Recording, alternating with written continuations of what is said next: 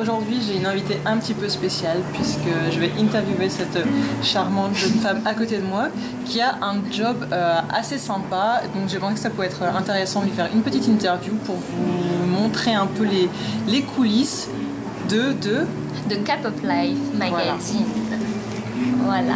Donc je pense qu'on a peut-être certains lecteurs, lectrices parmi vous. Donc on va faire une petite présentation. Alors, je travaille pour K-Pop Life depuis on va dire depuis fin 2011 et j'ai vraiment commencé mi-2012 à peu près. Alors, j'ai commencé à m'occuper de la rubrique mode et les news. Donc les news, tout ce qui est gossip aussi, et je m'occupe aussi certaines fois de certains articles comme les fanfictions ou tout ce qui est culturel. Comment tu prépares tes articles en général? Comment je prépare mes articles? Alors en fait, quand j'ai des idées, je les soumets à Jane. Donc Jane, c'est la rédactrice en chef. Et elle valide mes idées ou non. Et dans ces cas-là, elle me donne une date limite pour rendre les articles. Et j'avoue que généralement, je fais un peu au dernier moment. Faire un article, ça peut mettre une semaine, même moins. Mais après, voilà, il y a le travail derrière, la correction, les mises en page. Il y a les envois à l'imprimeur. L'imprimeur nous dit si les images qu'on a envoyées sont de bonne qualité ou pas. Et il y a aussi des fois du retard parce que l'imprimeur prend du retard. Donc c'est tout un travail derrière. On n'imagine pas forcément. Moi, avant de rentrer dans le magazine, j'imaginais pas tout le travail qu'il y avait forcément derrière. Donc dans le magazine K-Pop Life, on traite pas mal d'actualités en rapport avec les stars coréennes, donc notamment la K-pop. Ouais. Et donc, grande question qu'on se pose, c'est est-ce que vous avez des contacts? Est-ce que toi particulièrement, tu as eu des contacts avec des stars coréennes, des stars de K-pop? Et si oui, comment se passent les rencontres? Est-ce que tu as déjà interviewé toi personnellement des stars de K-pop connues? Oui, généralement quand on veut faire une interview, donc déjà les interviews on se base par rapport aux groupes qui ont du succès sur le moment ou alors les groupes indies, enfin bref. Donc on contacte les maisons de disques qui nous répondent ou pas. Généralement elles répondent assez parce que le magazine s'est bien fait connaître en Corée maintenant. Donc après on a des interviews, j'ai fait des interviews. Alors, est-ce que tu peux nous donner quelques noms comme ça en bataille un peu sans... Ma première interview, ça a été avec JYG à Barcelone. Il y a eu Infinite, il y a eu AOA, Girls' Day. En artiste solo, j'ai eu Eric Nam. Enfin, en fait, il y en a eu pas mal. J'avoue que je me souviens pas de tous. Et tout cela, tu les as donc rencontrés en face à face? Ouais, généralement, alors il y a des fois des conférences de presse, donc avec plusieurs journalistes, mais la plupart du temps, en tout cas maintenant avec le magazine, on arrive à obtenir des interviews vraiment privées, en face à face. Et ouais, pour le magazine, donc des questions sur mesure pour nous. Et c'est toi qui poses les questions aux artistes directement? Généralement, on les pose directement et on a un traducteur. Est-ce que tu as eu l'impression d'avoir des échanges un peu privilégiés avec certains artistes, dans le sens où c'était plus amical que professionnel parfois? Il y en a, souvent les groupes rookies qui sont qui n'ont pas trop de pression avec leur manager. On peut discuter de tout, de rien, genre vous avez mangé quoi ce soir, ou vous avez des bonnes adresses à nous donner parce qu'on habite à tel ou tel endroit. Il y a ça. Après, il y a des groupes où c'est beaucoup plus difficile de pouvoir parler. On pose les questions et puis on part, quoi. Il n'y a pas d'échange. Comment se passe en fait l'avant et l'après-interview en général? Comment ça se prépare? Est-ce que tu as des contacts déjà avant? Est-ce que tu peux chatter un petit peu après sur un plan plus personnel? Je peux donner deux exemples. Par exemple, j'ai interviewé Led Apple quand ils sont venus à Paris, et donc eux ils sont connus, mais c'était vraiment en mode free, quoi, amical à fond. On est arrivé dans les backstage, dans les loges, c'était pizza sur la table, coca, enfin bref, c'était le bazar complet. Ouais. Et on était vraiment en mode friendly, quoi. On a discuté de tout et de rien. On a mangé de la pizza avec eux. On a grignoté avec eux, voilà. Et après, il y a des plus gros groupes comme Infinite, par exemple, que j'ai interviewé plusieurs fois.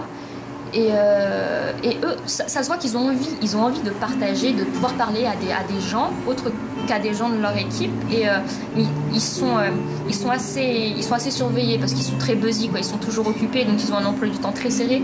Donc c'est assez difficile de parler, de pouvoir communiquer avec eux autre qu'à travers les questions qui sont préparées. Ouais, d'accord. Et les questions sont bien vérifiées avant. On nous dit ce qu'on a le droit de dire, ce qu'on n'a pas le droit de dire. C'est pas qu'avec Infinite, hein, c'est avec beaucoup de groupes. Là, c'était qu'un exemple. Puis on nous dit bien, vous n'avez pas le droit de parler de ça. Si à un moment il y a un artiste qui a un scandale, vous ne parlez pas de ça, c'est interdit. Est-ce que vous avez le droit de prendre des photos à titre privé? Ça nous est arrivé de prendre des photos à titre privé. Est-ce qu'on vous a déjà demandé, est-ce que je peux prendre une photo avec toi? Moi, ça m'est arrivé une fois, parce que j'avais les cheveux violets, enfin vraiment parce que j'avais eu mon petit délire de quand j'étais venue en Corée et un artiste m'avait demandé de prendre une photo avec moi. Ça m'avait fait assez bizarre, c'était marrant. Mais sinon, oui, on a le droit des fois de prendre des photos privées, mais on les prend souvent vraiment avec le magazine. On les prend pas vraiment par nous-mêmes. Pas en tant que toi. Voilà, ou alors si on les prend, c'est toute l'équipe ensemble. Je vais pas aller dire s'il te plaît. Pas en mode fangirl, voilà, quoi. Non, surtout pas. Faut éviter. Voilà. Même si on apprécie un tel artiste, il faut savoir rester pro. Comment tu te prépares? Enfin, quels sont les conseils que tu donnerais en fait aux personnes qui veulent faire comme toi, mais qui rêvent de rencontrer leur groupe, parce que c'est pas la même approche en fait. C'est vrai. Je pense qu'il faut déjà avoir une bonne maturité et faire la part des choses, quoi. Ok, c'est des idoles, mais ça reste des personnes avant tout. Et j'ai jamais été vraiment fangirl. Donc, hystérique. Voilà, j'ai jamais eu de poster, d'albums, de choses. Enfin, j'ai jamais ressenti le besoin.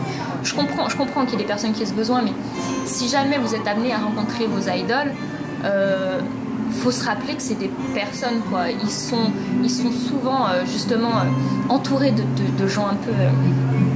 Qui se comportent assez foufou avec eux. Donc quand on est en interview, de toute façon on sent tout de suite. Soit ils sont en mode amical et là tu peux un peu te lâcher.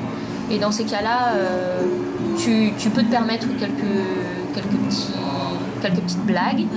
Sinon, non, tu prends sur toi, tu restes concentré. Et si tu as envie de faire la faux folle, de crier, tu le fais à la fin de l'interview. Et puis voilà, mais de toute façon... Faut pas être timide, non.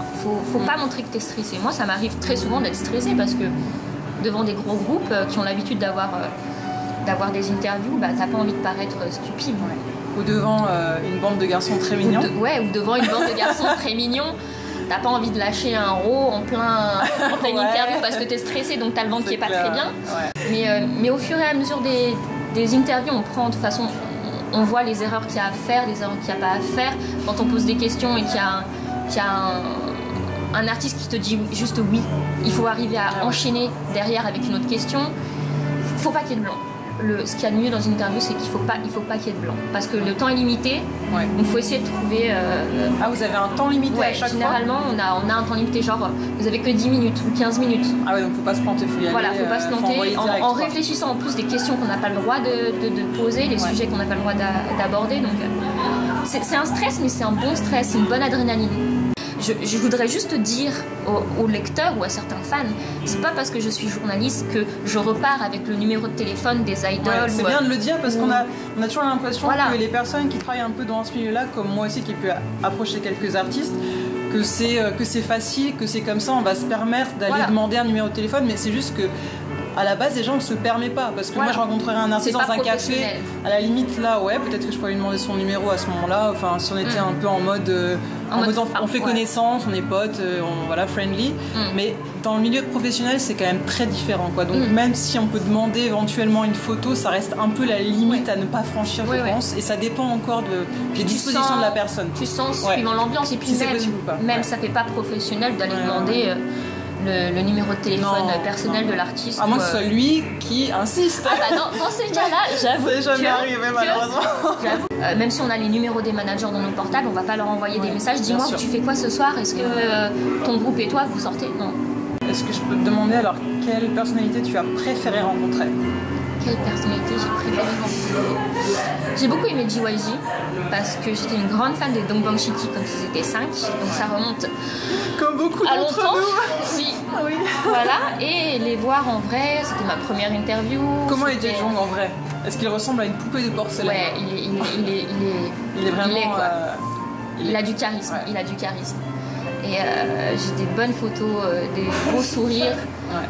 J'ai des très très bons souvenirs et ouais, je pense que ça restera mon meilleur souvenir parce que c'était la première interview et que ça s'est très bien passé.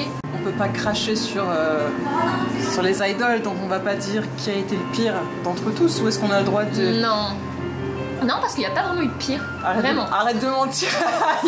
Je suis sûre qu'il y a eu des... je vais pas dire de nom, mais attends, je peux peut-être trouver... Est-ce que tu as quand même eu une mauvaise expérience, un groupe, sans forcément dire de nom à ce moment-là, mais qui t'aurait déçu, où tu t'es senti pas respecté, où la personne était peut-être fatiguée ce jour-là, ou... Il y a eu un membre d'un groupe. Ouais. Donc masculin ou féminin? Masculin. Okay. Je pourrais pas dire le groupe. Ouais. Où tous les membres m'ont dit bonjour. Après, c'était peut-être son mauvais jour. Hein. Ça peut arriver à tout le monde. Tout le monde est venu me serrer la main ou juste dire annyeonghaseyo. Et je m'avance vers lui pour être poli, pour me présenter. Il dit annyeonghaseyo et il me regarde comme ça. Autant. Et il passe. Oh purée.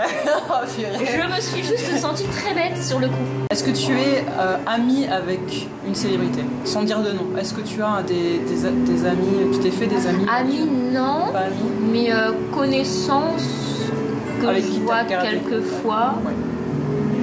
Ouais, c'est pas... C'est pas forcément des idoles, hein, mais des gens qui sont dans le milieu, ouais, voilà. Depuis quelques années, avec K-Pop Life, on organise 2 fois par an des voyages en printemps et automne, et on pense pour l'année prochaine commencer à en faire l'été. Donc, si certains d'entre vous sont intéressés pour l'été prochain, n'hésitez pas à nous contacter sur kpoplife.fr. Je crois, vous pouvez aller sur le site. Je mettrai toutes les infos en bas comme d'habitude. Et on organise, pour l'été ce sera vraiment, je crois, sur une quinzaine, même plus d'une quinzaine de jours, 3 semaines. Et on fait du culturel et du K-pop. Il y aura de tout. Comme nos voyages de printemps-automne, mais sur une plus longue durée. D'accord. Voilà. Généralement, oui, j'accompagne. T'as déjà été guide aussi? Oui, bah, je crois qu'on en est à notre 8e voyage et j'ai dû en faire 7 environ. Waouh, ouais. Okay. Donc c'est pas nouveau. Je commence à connaître Séoul dans ma poche. Comme ta poche. Voilà, comme ma poche. dans ma poche. Je connais Séoul dans ma poche. Non, comme ma poche. Ouais, voilà. Si vous avez envie de devenir chroniqueur, on peut dire comme ça, pigiste pour K-Pop Life, en fait, il suffit d'écrire, de choisir un sujet qui vous plaît, par exemple, et d'écrire un article dessus d'environ 2300 mots, en comptant les espaces. Attention, c'est important. Et voilà, et de vous donner à fond sur cet article. Et puis nous, si on a besoin de personnes à ce moment-là, on peut toujours vous contacter et puis voir ce qu'il en est, quoi. Bonsoir. Alors nous sommes... Je suis pas allée.